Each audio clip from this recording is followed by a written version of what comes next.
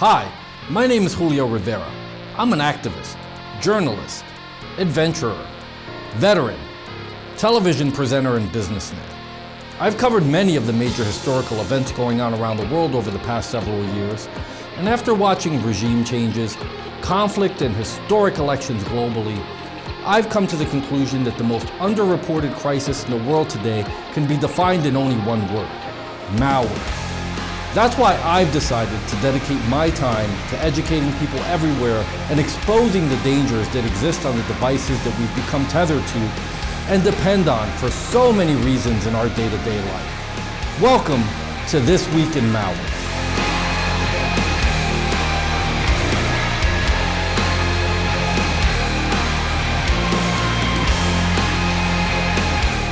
On This Week in Malware, we'll be covering Purple Fox Malware Gang expands their Toolbelt with Perkiler, a rootkit that can spread as a worm. DearCry and Black Kingdom Ransomware and Lemon Duck Cryptominer have successfully exploited Microsoft Exchange server vulnerabilities, and CISA releases a tool named CHIRP to track SolarWinds attacks.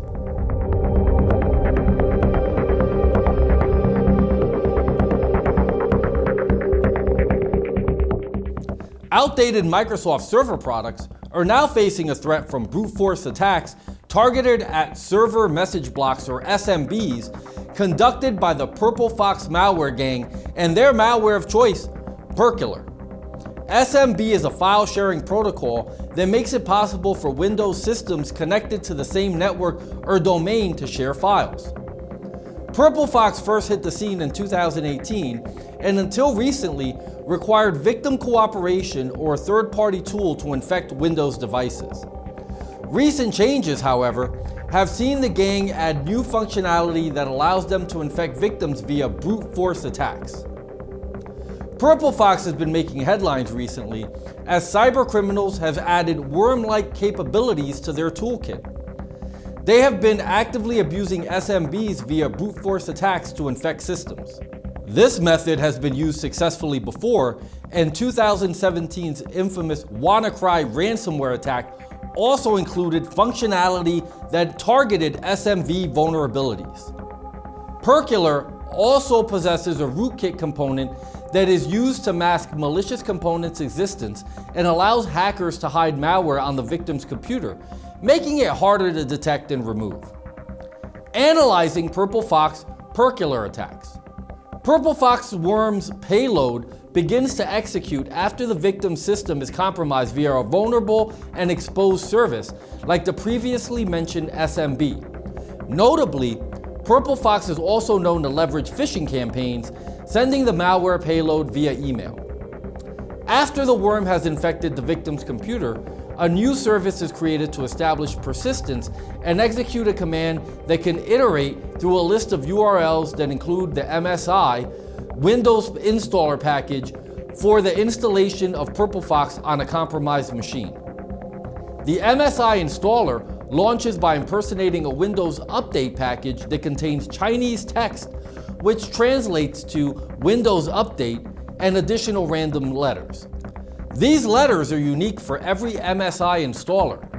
Eventually, malware payloads are extracted and decrypted, and the Windows firewall is modified to prevent the infected machine from being exploited by a different threat actor, according to researchers. As malware files are extracted and executed, a rootkit that hides registry keys and values, files, and other components is installed too. After this, the installer reboots the computer to execute malware and rename the malware dynamic link library into a system DLL file to be executed as the computer restarts. Once malware is authenticated, it creates a service that downloads the MSI installation package from one of the many HTTP servers in use, which completes the infection loop. Purple Fox was wreaking havoc in the spring and summer of 2020, with activity dropping off towards the end of that year before ramping up again in early 2021, and Perkiler is just the latest malware strain to be exploited by the gang. Unfortunately, it is unlikely to be the last infection retooled with worm capabilities. In the past, Other malware strains, including the ones distributed by the Rock Group and the Ryuk ransomware gangs, have also added self-propagation functionalities.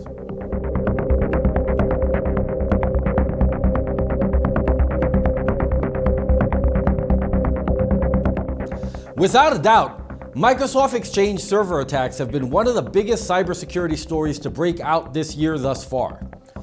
4 unique zero-day vulnerabilities were left exposed, and cybercriminals did not waste time to exploit them. In addition to the DearCry ransomware family that was revealed in early March of 2021, victims now have to contend with the Black Kingdom, also known as Perkiler, ransomware gang as well. Patches for the zero-day vulnerabilities have been created, and numbers of the unpatched servers have decreased dramatically from about 80,000 on March 14th, then less than 30,000 on March 22nd of 2021, according to Microsoft reports.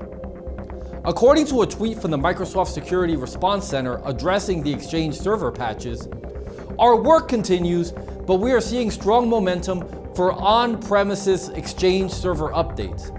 92% of worldwide Exchange IPs are now patched or mitigated. 43% improvement worldwide in the last week. Additionally, in a March 25th, 2021 blog post, Microsoft said that, as of today, we have seen a significant decrease in the number of still vulnerable servers, and added that we continue to work with our customers and partners to mitigate the vulnerabilities. Unfortunately, attacks against the still vulnerable servers haven't decreased, as more malware families and botnets are now attempting to hack them. In early March 2021, Dojo Crypt, also known as DearCry, was the first ransomware gang to attack Exchange server vulnerabilities.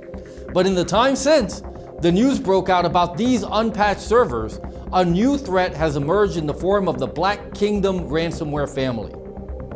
Researchers tracking the Black Kingdom ransomware have observed mass scanning for unpatched Exchange servers.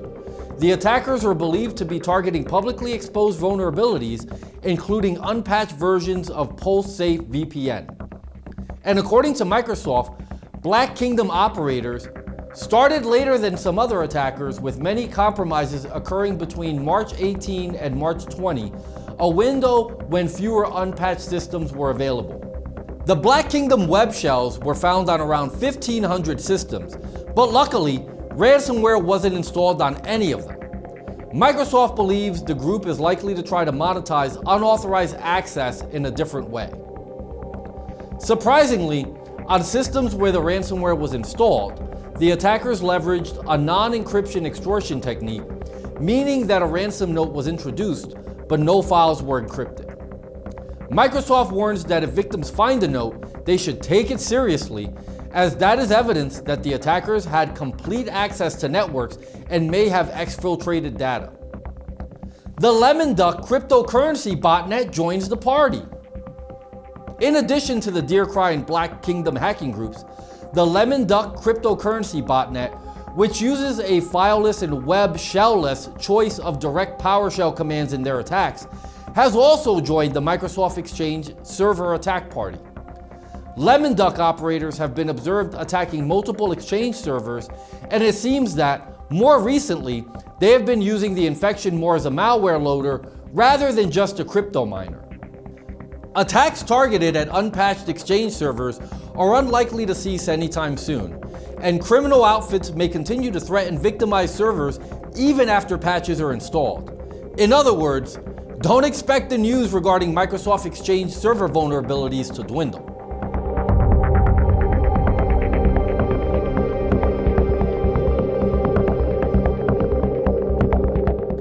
In March of 2021, the United States Cybersecurity and Infrastructure Security Agency, or CISA, released a tool called the CISA Hunt and Incident Respond Program, or CHIRP.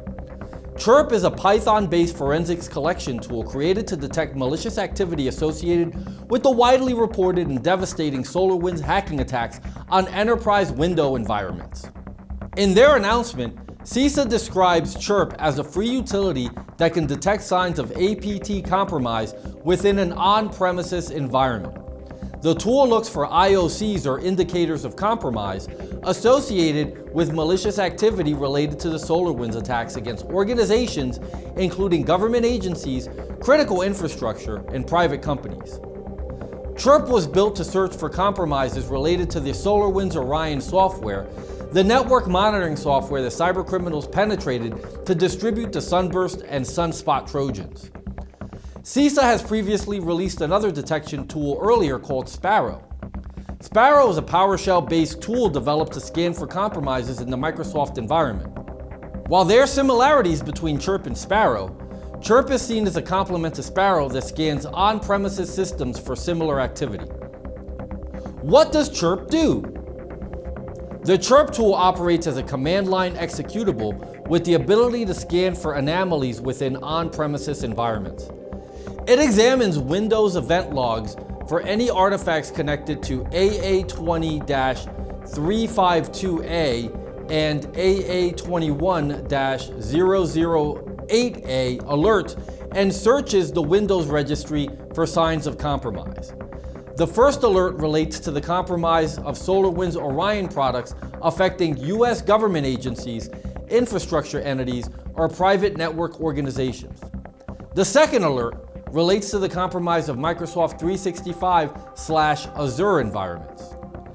CHIRP also allows admins to search Windows network artifacts and apply Yara rules to detect any possible malware, backdoors, or implants. Yara is another tool used for malware research and detection.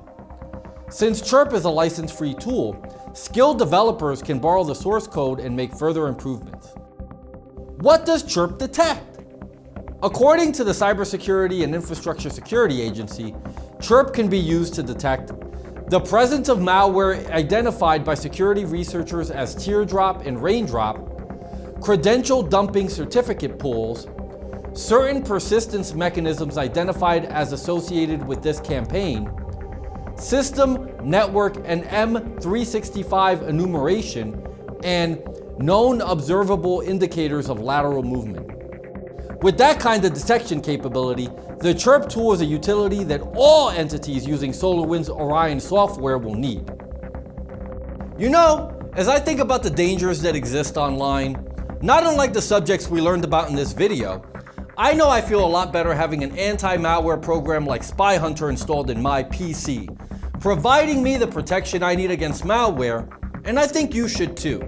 SpyHunter 5's strongest features are found in its malware repair capabilities. SpyHunter 5's remediation algorithms dive deep into your system to remove and address complex malware issues affecting PCs today. While many anti-malware products only flag and quarantine malware and ultimately fail to fully remediate the root problem, the SpyHunter 5 remediation algorithm detects, quarantines, and programmatically repairs malware problems on your PC. SpyHunter 5 is a powerful PC utility that repairs malware threats in many cases where other competing anti-malware and antivirus programs may fail. To detect and remove malware for free, go to enigmasoftware.com and download SpyHunter today. Thanks for watching.